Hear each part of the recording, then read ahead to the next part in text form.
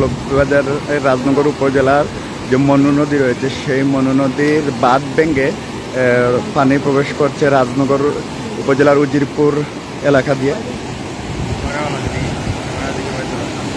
গতকালকে রাত্রে থেকে এই বাঁধ ঠেকানোর জন্য আপনারা দেখতে পাচ্ছেন যে বিভিন্ন বালুভর্তি বস্তাগুলো রেখে বাঁধটাকে শক্ত করার চেষ্টা করেছিলেন, কিন্তু মনু নদীর যে প্রবল স্রোতে বাঁধটি রক্ষা করা সম্ভব হয়নি। আপনারা দেখতে পাচ্ছেন যে আসলে আমার ঠিক ক্যামেরার সামনে কি পরিমাণ বেগে পানি গিয়ে প্রবেশ করছে, বাঁধ ভেঙে লোকালয়ে প্রবেশ করছে। এখানে প্রশাসনের দায়িত্বশীল ব্যক্তি রয়েছেন, আমরা একটু কথা বলবো উপজেলা নির্বাহী অফিসার মহোদয়ের সাথে। স্যার একটু যদি ওই পাশে আসেন। আমি এখন দাঁড়িয়ে আছি রাজনগর উপজেলার উজিরপুর মনু নদীর বাঁধের উপরে। সেই আমার ঠিক সামনে এই মনু নদীর বাঁধ ভেঙে দেখতে পাচ্ছেন একটু দ্রুত বেগে পানি প্রবেশ করছে লোকালয়ে। ইতিমধ্যে উজিরপুর গ্রামে অনেক বাড়ি পানির নিচে তলিয়ে গেছে।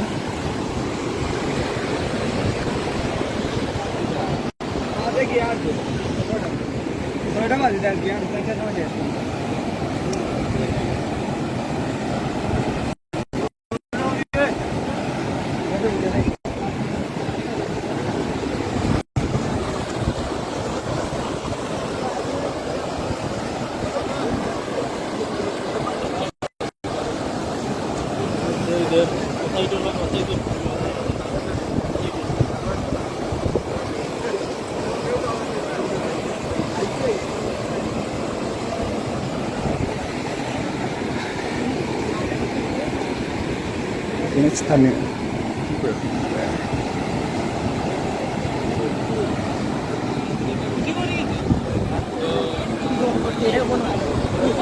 আপনি না স্থানীয় নেই, এখানে স্থানীয় নেই, আপনি দেখা দিয়েছেন।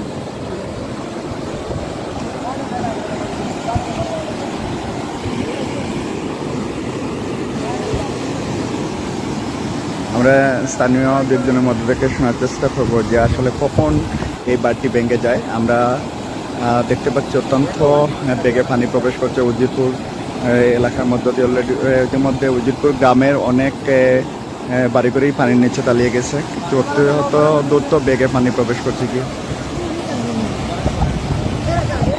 আপনি কেন স্থানীয় নেই? কতটুকু দূরে? আচ্ছা, এই বাঁধটা কতক্ষণ আগে, এখন থেকে কতক্ষণ আগে ভাঙছে? ঘন্টা দেড় ঘন্টা ভিতরে। আচ্ছা, এই যে বাঁধ ভাঙছে, বাঁধ ভাঙা এই এলাকার কোন কোন গ্রাম প্লাবিত হতে পারে বা কোন কোন গ্রাম প্লাবিত হওয়ার সম্ভাবনা রয়েছে?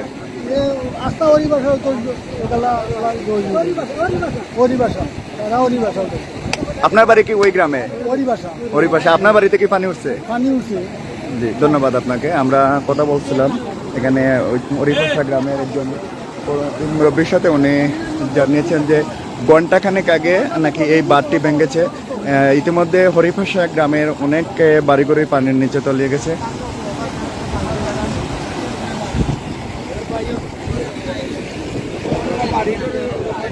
এছাড়াও এখানে টেংরা, আমরা একটু কথা বলবো টেংরা ইউনিয়ন পরিষদের ভারপ্রাপ্ত চেয়ারম্যান মতিন মিয়া এই জায়গায় আমরা সকাল 6টায় আমরা এখানে আইছি। সকাল 6টার সময় এখানে আওয়ার পরে আমাদের এখানে প্রায় 2-2.5 হাজার বস্তা আমরা প্যাকিং করানি হয়েছে। করানির সাথে সাথে আমরা রাস্তা এই যে আপনার ফারের একটা সাইড ডাউন হয়েছে। একটা সাইড ডাউন হওয়ার পরে আমরা এখানে বাঁশপালা নিয়ে আমরা গড় দিছি। গড় দেওয়ার পরে এখানে আমরা প্রায় 400-500 বস্তা দিছি। এখানে দেওয়ার পরে হঠাৎ করিয়া এই যে আপনার পানির সুতে হঠাৎ করিয়া এখানে নিচে 1 ঘন্টার ভিতরে মোটামুটি এলাকাটা চতুর্দিকে পানিটা ছড়াইছে। তা আমি এই এলাকার এই পানির এই বর্তমান যে পানির যে সিচুয়েশনে আমাদের হরিবাসা, একামধু আর উজিরপুর, খান্দিরকুল এখানে প্রায় 1000 ফ্যামিলির মানুষ এই আজকের পানির কারণে বন্দি থাকবে। আর যদি আপনার ওই যে আকুয়ার বেরিবান আছে, আকুয়ার বেরিবান বাংলে আমাদের 9 নম্বর ওয়ার্ডে, 6 নং টেংরা ইউনিয়ন পরিষদের 9 নম্বর ওয়ার্ডে আপনার বাঙ্গারেট এলাকার বিভিন্ন এলাকায় এটা এই পানিগুলা ডুবতে পারে। তো আমরা সর্বোচ্চ চেষ্টা করতাম যে আমরা বেরিবানগুলা আমরা টিকাইয়া রাখার লাগি। আর আপনার এই অংশকলা না আপনার কুনাগা আদনাবাজের একটা সাইড বা নদীর পাড়ে যে ভিতরে যে বাড়িগুলো আছে, ওই বাড়িগুলো আমরা কালকে রাত্রে সাইডটার সময় যাচ্ছি। ওই বাড়িগুলো এখানে অনেক বাড়িতে পানি আছে। আমাদের রাজনগর উপজেলা নির্বাহী অফিসার আমাদের ইউনো স্যার কালকে রাত্রে সাইডটা আজকে সকালেই এখানে আছে। আজকে সকালে এখানে তাই দীর্ঘ সময় এখানে আওয়ার পরে আমরা এখানে কিছু কাজ করি, আমরা অরিভাষা কাজ করছি। অরিভাষা করার কারণে ইউনো স্যার খামারসার ইউনিয়নে গেছেন, খামারসার ইউনিয়ন পরিদর্শন করিয়া উনি বাসায় যাইতে পারেন নাই। বাসায় যাইতে পারেন উনি আরবার বেগ হইয়া আমাদের সার্বিক সহযোগিতা করার লাগে আরবার আমাদের ইউনো স্যার আমাদের মাঝে আছেন। তা আমি আশা করবো আপনারা সবার সহযোগিতা লাগবো, আপনার সহযোগিতা আমরা কামনা করি। সার্বিক সহযোগিতা আপনারা সবাই আমাদের এই এলাকার দুর্যোগের উপরে আমরা সবাই আমরা সার্বিক সহযোগিতা করবো। এই জায়গায় ভেঙে যাওয়ার কারণে ট্যাংরা ইউনিয়নে কি আর নতুন করে কোনো মানে বাঁধ ভাঙার কোনো সম্ভাবনা আছে কিনা আপনার কি মনে হয়? এইটা সম্ভাবনা যে আজকে এইভাবে যেভাবে যে আমাদের এই গাঙ্গে যে পানিগুলো আছে, এই পানিগুলো যদি আপনার এইভাবে এই পজিশনে থাকে, তা আমরা মনে করি না ভাঙবো। যদি আপনার আজকে রাত্রে বৃষ্টি দেয়, তা আমাদের অন্যান্য অঞ্চল মনে করেন পাশাপাশি আপনার সালন, করতল, আপনার অরিয়রপুর, ফাইকপাড়া, ডেফলুরা, এইভাবে কিছু এলাকা পানিবন্দী হইতে পারে। জি, ধন্যবাদ আপনাকে। আমরা কথা বলছিলাম মেম্বার। আমরা এখন রাজনগর উপজেলার নির্বাহী অফিসার মহোদয় এখানে উপস্থিত আছেন, আমরা ওনার সাথে কথা বলবো। আমরা জেনেছি উনি গতকালকে রাত্রে থেকে এই বাঁধ যে জায়গাতে আজকে বাঁধ ভেঙে গেছে ওই জায়গা উনি পরিদর্শনে আছেন, এমনকি ঘটনাস্থলে বারবার আসছেন। বাঁধ ঠেকানোর জন্য সকাল থেকে বিভিন্ন ভাবে বস্তা দিয়ে চেষ্টা করেছেন। তো আমরা জানতে পারবো আসলে বাঁধটি কখন ভাঙছে আর এখন করণীয় কি, আর কোন কোন গ্রাম প্লাবিত হওয়ার সম্ভাবনা রয়েছে বা এদেরকে সেভ করার জন্য প্রশাসনের করণীয় কি? ধন্যবাদ আপনাদের। আমরা আসলে গতকালকে যে অ্যালার্টটা দেওয়া হয়েছে যে বন্যার সম্ভাবনা, তারপর থেকে আমরা সতর্ক ছিলাম। আমরা গতকাল রাতে এই এলাকাগুলো পরিদর্শন করেছি এবং মানে কয়েকটা বাড়িতে যেগুলো অল্প পানি আছে সেগুলোকে সতর্ক করে গেছে। কিন্তু সকালবেলা থেকে আরও পানি বাড়তে থাকায় এখানে কয়েকটি ঝুঁকিপূর্ণ জায়গায় আমরা চেষ্টা করেছিলাম যে বালু বস্তা দিয়ে যাতে বাঁধটা রক্ষা করা যায়। কিন্তু এখানে আমরা দেখতে পাচ্ছি আজকে বিকেল 4টার দিকে এখানে বাঁধটা আনুমানিক 4টার দিকে এই বাঁধগুলো এখানে ভেঙে বহু পানি ঢুকতেছে। তো আমরা যেটা ডিসির সাথে কথা হয়েছে যে আমাদের লোকদের আতঙ্কিত না হওয়ার জন্য আমরা তাদেরকে যাতে সেফ জোনে তারা চলে যায় বা তাদের গবাদি পশুগুলো যেগুলো সেগুলো যেন নিয়ে যায়। এবং আমরা এখানে আমাদের অলরেডি খাবারের বরাদ্দ করা হয়েছে যে এখানে যারা রাস্তায় থাকবে বা আমাদের আশ্রয়ণ কেন্দ্রে থাকবে তাদেরকে যাতে খাবার বা তাদের অসুবিধা না হয় সেজন্য আমরা ব্যবস্থা নিচ্ছি। আচ্ছা, এই যে পার্টটু এদিকে ভেঙে গেছে, এই কারণে কি নতুন করে আর কোনো দিকে ভাঙ্গনের সম্ভাবনা রয়েছে কি না, বা এই ভাঙ্গন দিয়ে কি মানে রাজনগর উপজেলা মানে বর্তমানে সেফ মনে হচ্ছে?